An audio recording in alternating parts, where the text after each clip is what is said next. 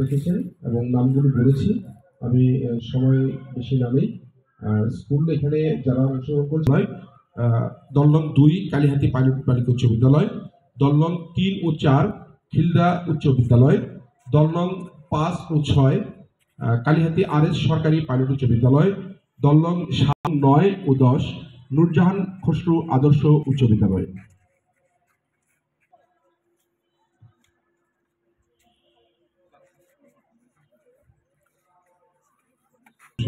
ধন্যবাদ সবাইকে।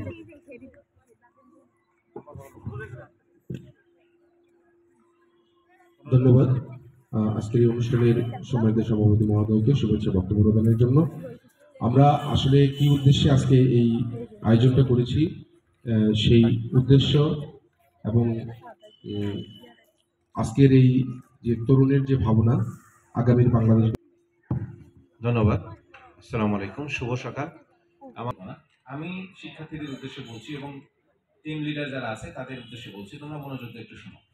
আমাদের তারুণ্যের ভাবনায় আগামী বাংলাদেশ, এটার মূল কথা হচ্ছে তরুণরা আগামী দিনগুলোতে ভাবনায় আগামী বাংলাদেশ।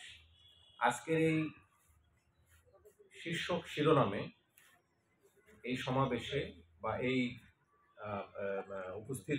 যারা উপস্থিত হয়েছে তাদের আমরা কিছু আগামীর বাংলাদেশ শুরু করছি। একটু সাউন্ডটা কম রাখি। তারুণ্যের ভাবনায় আগামীর বাংলাদেশ শীর্ষক আজকের সেমিনার এবং কর্মশালায় উপস্থিত সবাইকে ধন্যবাদ জানাচ্ছি।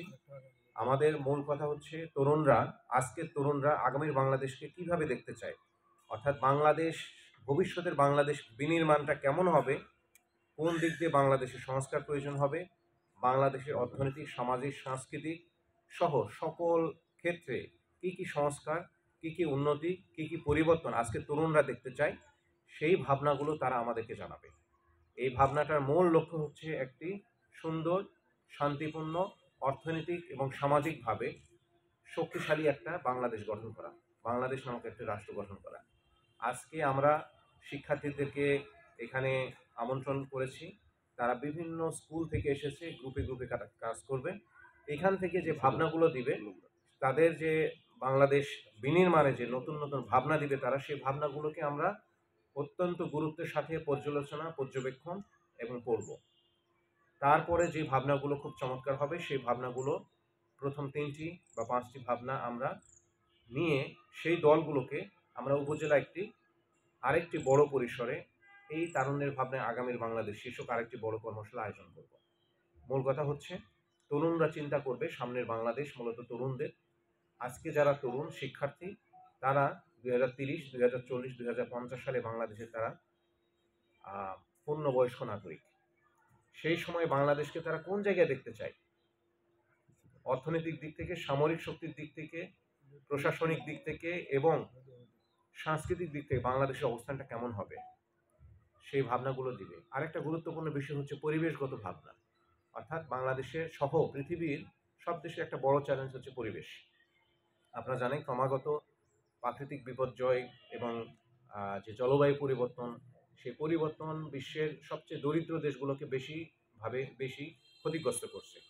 এই ক্ষতি থেকে কিভাবে আমরা রক্ষা করতে পারি এবং পরিবেশ বিপর্যয় সহ আমাদের যে ইকোসিস্টেম আছে সেটাকে কিভাবে আমরা সংরক্ষণ করতে পারি, সেই বিষয়গুলো নিয়ে আমরা তরুণদের কাছ থেকে এই ভাবনাগুলো নিব, যাতে করে তরুণদের ভাবনা নিয়ে আমরা তাদের দেখানো পথ, তাদের দেখানো স্বপ্ন আমরা সামনের দিনগুলোতে বাস্তবায়ন করতে পারি। সাথে তরুণরা থাকবে, সিনিয়র সিটিজেনরা থাকবে। তো আমরা আর বেশি কথা বলবো না। তরুণরা যারা এখানে বিভিন্ন গ্রুপে দলবদ্ধ হয়েছে, আমার বিশ্বাস তাদের কাছে আমাদের মেসেজটা চলে গেছে। তোমরা তোমাদের ভাবনাগুলো লিখবে, এভাবে লিখবে যে এইটা বাংলাদেশ এই কাজ করতে পারে সামনের দিনগুলোতে, এই পদ্ধতি বা এই পলিসি বা এই নীতিমালা গ্রহণ করতে পারে, এটার ফলাফল কি হতে পারে এবং এটার উপকার কেমন হতে পারে, এভাবে দিতে পারে।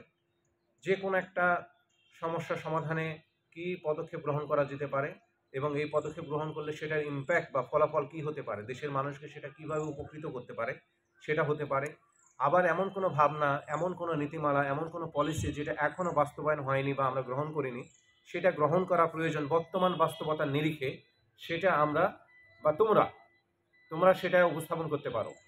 ধারণাটা তো এইভাবে আসতে পারে ভাবনা বা ধারণা নাম্বার 1, যে কোনো একটা ধারণা।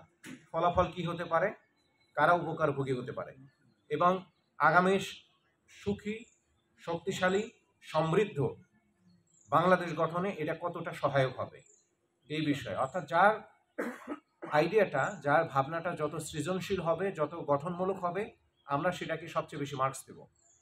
এখানে রচনার মতো করে 3, 4, 5, 6 পাতা লেখার প্রয়োজন নেই। আমরা শুধু ধারণাগুলো দেখতে চাই। এই ধারণা বিভিন্ন বিষয় হতে পারে। একটা হতে পারে পরিবেশ নিয়ে, হতে পারে প্লাস্টিক নিয়ে, হতে পারে একটা হতে পারে আমাদের অভ্যন্তরীণ সংস্কার, হতে পারে বাল্যবিবাহ, হতে পারে ইভটিজিং, হতে পারে। অনেকগুলো কিন্তু আমি টপিক বলে দিচ্ছি।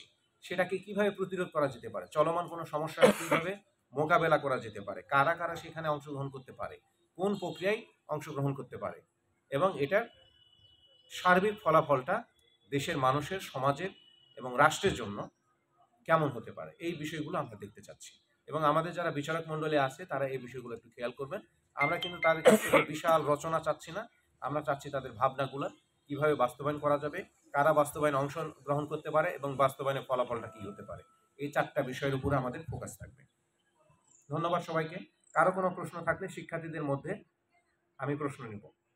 তারপরে ভাবনা লেখার পরে সেটাকে ক্যানভাসে রূপ দিতে পারো, তাহলে সেটাও অ্যাপ্রিশিয়েট করবো, হাইলি অ্যাপ্রিশিয়েট হবে। সেটা 2-1 মাস হয়তো সেটার জন্য বেশি পাইতে হবে। এটা এক্সট্রা, বাট বোনাস হিসাবে এটা দিতে পারো, এটা নট নেসেসারি। আচ্ছা ঠিক আছে, এটাতে আমরা দিব না, মার্কস দিব না, কিন্তু এটা সার্টিফিকেট অফ অ্যাপ্রিসিয়েশন থাকতে পারে, এটার জন্য কোনো মার্কস থাকবে না।